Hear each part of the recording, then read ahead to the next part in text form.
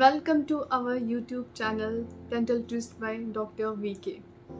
Today our topic is gingivitis in children. Gingivitis is the most common oral disease in the children. Gingivitis means जो बच्चे के gums होते हैं, मसूड़े होते हैं, उसमें इन्फ्लामेशन हो जाती है. इन्फ्लामेशन के साथ साथ जो दांत के आसपास हड्डी होती है वो भी इस वजह से ख़त्म होना शुरू हो जाती है. मीन्स बोन लॉस शुरू हो जाता है. मोस्ट कॉमनली जिंजिवाइटिस यानी कि जो मसूड़ों में इन्फ्लामेशन है वो किस वजह से होती है. Poor oral hygiene. अगर बच्चे अपने दांतों को साफ नहीं रखेंगे तो उनके मसूड़ों में इस तरह से प्रॉब्लम हो सकती है. There are many types of gingivitis. First one is plaque induced gingivitis. मसूड़ों में जो आपके बच्चे के दांत हैं उसके आगे पीछे गंदगी जमना शुरू हो जाती है. बच्चा जब खाना खाता है उसकी जो फूड पार्टिकल्स हैं वो दांतों के आसपास जमा हो जाते हैं जिस वजह से प्लाक एक्यूमुलेशन हो जाती है which lead to the process of inflammation which further leads to the gingivitis. If not taken care, it can lead to the destruction of soft and hard tissues of the tooth. Second one is gingivitis due to the mouth breathing. अगर बच्चे को mouth breathing की habit है यानी कि बच्चा अगर मुंह से सांस ले रहा है उन बच्चों में भी जिंजिवाइटिस हो सकता है. क्यों? क्योंकि अगर बच्चे का मुंह खुला रहता है तो सलाइवा का कोई लुब्रिकेटिंग इफेक्ट नहीं रहता है. उन बच्चों में सलाइवा नहीं रहता है. इस वजह से जिंजाइवा हमेशा ड्राई रहता है, सूखा रहता है, जो जिंजिवाइटिस प्रोड्यूस करता है. Third one is eruption gingivitis. Means अगर बच्चे के दांत आ रहे होते हैं, परमानेंट टूथ जब आ रहे होते हैं, उसके आसपास के जो मसूड़े होते हैं वो भी स्वॉलन होते हैं, उनमें भी प्रॉब्लम रहती है, इन्फ्लामेशन रहती है, जिस वजह से बच्चे जो हैं कभी ब्रश नहीं कर पाते हैं. बच्चों को डिस्कम्फर्ट सा फील होता है. जब बच्चे प्रॉपर तरीके से ब्रश नहीं उस एरिया पे कर पाते हैं तो वहाँ पे प्लाक एक्यूमुलेशन यानी कि खाना वहाँ पे जमा रह जाता है. इस वजह से भी जिंजिवाइटिस और इन्फ्लामेशन होती है. One is infective gingivitis. Gingivitis जो है वो कभी वायरसेस एंड बैक्टीरिया की वजह से भी हो सकता है. अगर आपकी ओरल कैविटी में वायरसेस या बैक्टीरिया हाई प्रोपोर्शन में प्रेजेंट है तो भी ये प्रॉब्लम हो सकती है. Fifth one is acute necrotizing ulcerative gingivitis. ये जो जिंजिवाइटिस है ये एक या दो मसूड़ों से स्टार्ट होके आपकी पूरी ओरल कैविटी के जो मसूड़े होते हैं, जिंजाइवा होते हैं, उनको अफेक्ट करता है. Soft tissue, connective tissue, bone, वहाँ तक भी ये अफेक्ट कर सकता है.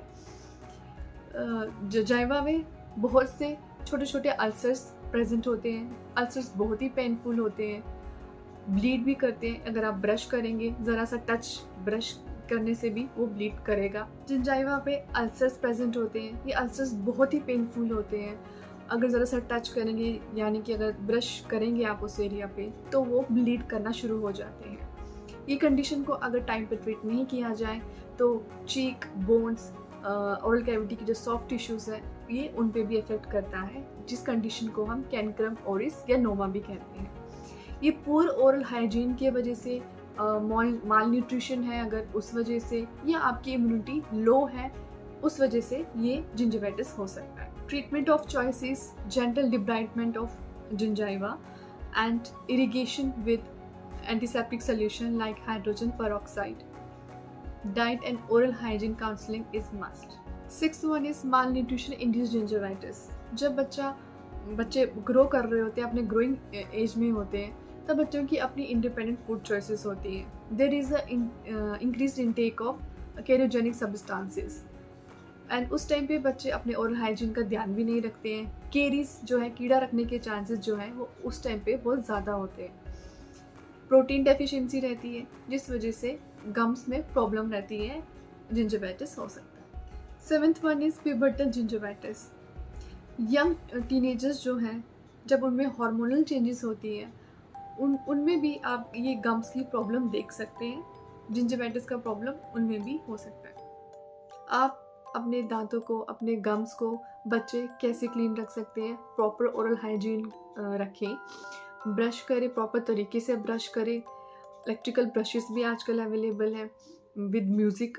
1 मिनट का म्यूज़िक होता है उनमें. बच्चे जो है अच्छे तरीके से उसके साथ 1 मिनट का इंटरवल लेके म्यूज़िक का क्लीन कर सकते हैं. सॉफ्ट टिश्यू को डैमेज भी नहीं करता है, प्लाक को अच्छे से रिमूव करता है. मैनुअल ब्रशिंग को आप 20 to 40 सेकेंड तक ब्रश कर सकते हैं. पावर्ड ब्रशेस जो है उनको 1 to 3 मिनट तक आप ब्रश करें उसके साथ। छोटे बच्चों के लिए फिंगर ब्रश अवेलेबल है। अपनी टंग को भी क्लीन रखें, उसको भी ब्रश करें। उसमें बहुत सारा बैक्टीरिया, माइक्रो ऑर्गेनिज्म एक्यूमुलेट हो जाता है, जिस वजह से डेब्रिस भी हो जाते हैं। तो अपनी टंग को भी जब भी आप ब्रश कर रहे हैं उसको भी क्लीन रखें। अपने दांतों में फ्लॉसिंग कर सकते हैं, डेंटल फ्लॉस का आप यूज़ कर सकते हैं। There are many mouth washes available in the market like chlorhexidine, essential oils like Listerine is most common nowadays, which help in the reduction of plaque. और अपने बच्चों के जो मसूड़े हैं उनको ट्रीट करने में हेल्प कर सकते हैं। माउथ वॉशेस का थोड़ा बिटर टेस्ट हो सकता है, बर्निंग सेंसेशन हो सकती है। तो आप ये बातें ध्यान में रखिए अपने बच्चों के लिए। और अगर आपको वीडियो इन्फॉर्मेटिव लगी हो, please like, share and subscribe.